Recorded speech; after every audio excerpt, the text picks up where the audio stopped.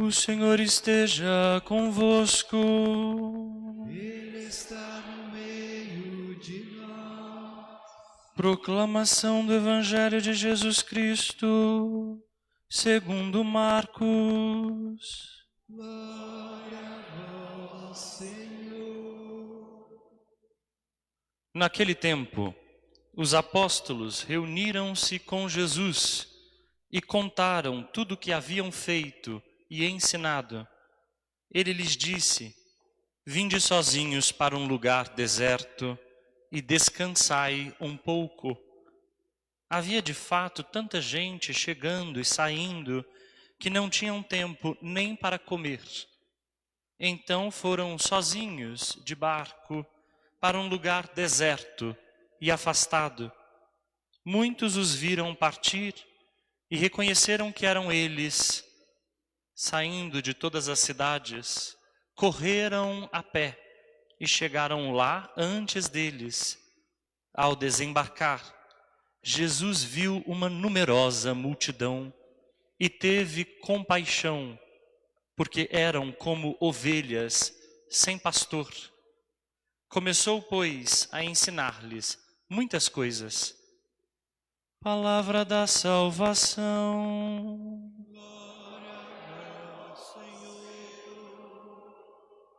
Pelas palavras do Evangelho sejam perdoados os nossos pecados.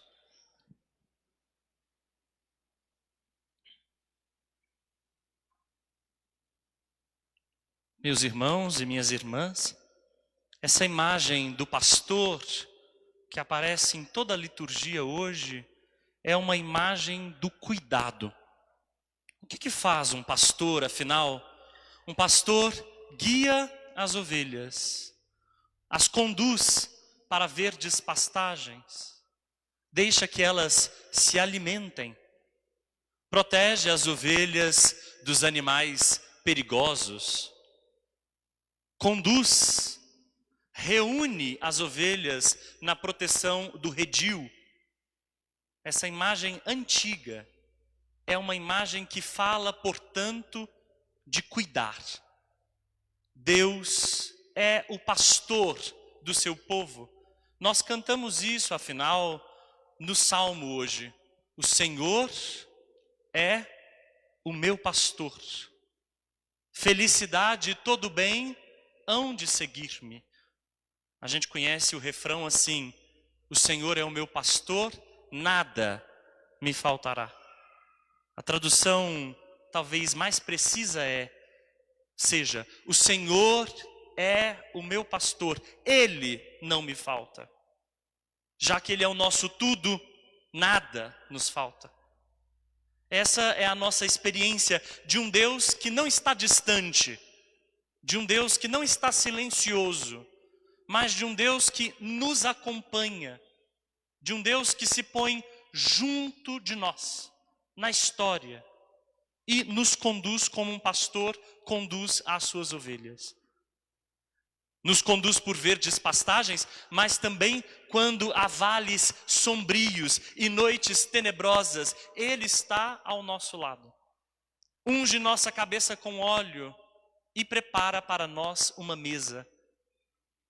Então, a imagem do Salmo é toda uma tentativa de nos dizer que o Senhor está conosco.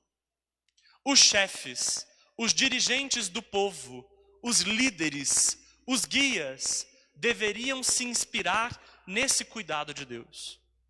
Os reis, os sacerdotes, o que deveriam fazer? Cuidar do povo. Mas ao invés de cuidar do povo, cuidaram apenas dos seus próprios interesses. Ao invés de pastorear as ovelhas, engordaram, tosquiaram, mataram as ovelhas. Não cuidaram do direito e da justiça, esses dois princípios fundamentais. O direito e a justiça dizem da fidelidade a Deus. Não é só de justiça social que nós estamos falando. Não é só dos direitos do ser humano que nós estamos falando. Mas é da retidão e do ajustamento à vontade de Deus. Os dirigentes se esqueceram disso. e deixaram o povo se dispersar, como as ovelhas se dispersam. Deixaram o povo se perder na opressão, sacrificando esse povo por causa dos seus próprios desejos e interesses, em seu próprio benefício. É daí que nós escutamos a primeira leitura de hoje, tirada da profecia de Jeremias. O profeta se queixa contra os reis, uma sucessão de reis que esqueceu do direito e da justiça, e o povo se perdeu. Nós poderíamos citar os seus nomes: Joacás, Jeoaquim ou Eliaquim, Joaquim e Sedecias. Uma linhagem de reis perversos, impiedosos. O último deles é Sedecias. Fez alianças com povos estranhos, se esqueceu da lei do Senhor, e por causa disso o povo foi parar no exílio. O profeta Jeremias então diz assim: Deus há de suscitar um pastor, Deus há de tirar da linhagem de Davi um pastor verdadeiro, que seja o Senhor da justiça. É assim que ele será chamado, nós escutamos no final da primeira leitura. Trata-se de uma ironia bem fina do profeta, porque Sedecias, o nome desse rei perverso, no hebraico é justiça. Se tem uma coisa que esse rei não fez, foi justiça. Então o profeta está dizendo assim: haverá um rei que será um verdadeiro Sedecias. O que Sedecias não foi. Será justo. E este pastor verdadeiro, o Senhor da justiça, para nós, é ninguém mais, ninguém menos do que Jesus Cristo. No Evangelho de hoje, nós escutamos como Jesus recebe os apóstolos. Ele enviou os discípulos. Quem é enviado se torna apóstolo. Ser apóstolo é uma das missões do discípulo. Ser enviado, e nós ouvimos no domingo passado, para expulsar demônios, para curar doentes, para ensinar, mas fazer. Não se trata só de falar, mas também de fazer o reinado de Deus acontecer. Esses discípulos agora voltaram cantando sucesso. Parece que a missão rendeu frutos. Mas quando eles se reúnem ao redor de Jesus, Jesus tem uma ideia, e nós talvez devêssemos escutar isso. Vinde a um lugar deserto, vamos descansar. É um convite de Jesus ao descanso. Em tempos de ativismo, em tempos de cansaço extremado, em tempos de excessos, Jesus Cristo nos lembra o valor do descanso, mas não é qualquer descanso, é no deserto que eles devem ir descansar. Um descanso então para aprofundar as convicções, para maturar, amadurecer a fé, para aprofundar a experiência que eles viveram e com esse aprofundamento continuar na missão. É para isso que serve esse instante de descanso, esse instante de deserto. Quantos nós talvez estejamos precisando disso? Quietude. Aquietarmos-nos. Cansados, estamos precisando de descansar. E Jesus Cristo nos convida a descansar nele. Como um pastor que faz as ovelhas descansarem em seu colo, Jesus Cristo quer nos descansando nele. Mas o deserto, minha gente, também é um lugar onde Jesus se parece com Moisés. Ele ensina o povo, ele alimenta o povo, ele ajuda o povo a chegar à liberdade. Começa com os discípulos, mas vocês devem ter ouvido bem que quando Jesus está indo para o lugar deserto com os discípulos, as multidões se antecipam. As multidões vão atrás dele. Há uma fome, há uma sede de encontrar a fonte, de encontrar alimento para a própria vida. Onde foi parar a nossa fome por Jesus? Onde foi parar a nossa sede por Jesus? Estamos muitas vezes exaustos, mas nos contentando com água parada. Estamos nos contentando com fontes turvas, que não são a fonte Jesus Cristo. Estamos nos contentando com água a conta-gotas. E, na verdade, nós temos à nossa disposição uma fonte borbulhante que é o Cristo. Uma fonte que quer nos dar de beber, um alimento que quer ser a nossa comida. Quando Jesus Cristo vê a multidão, vocês escutaram bem, o Evangelho diz que ele sentiu compaixão, porque ele viu ovelhas sem pastor. É o povo esquecido que segue Jesus. É o povo que os dirigentes não viram, que os líderes religiosos esqueceram. É o povo que muitas vezes aprendeu que Deus está distante. São os pecadores que tantas vezes se sentem excluídos. São os oprimidos, os aflitos que querem escutar consolo, que querem experimentar a paz. É essa a multidão que procura Jesus Cristo.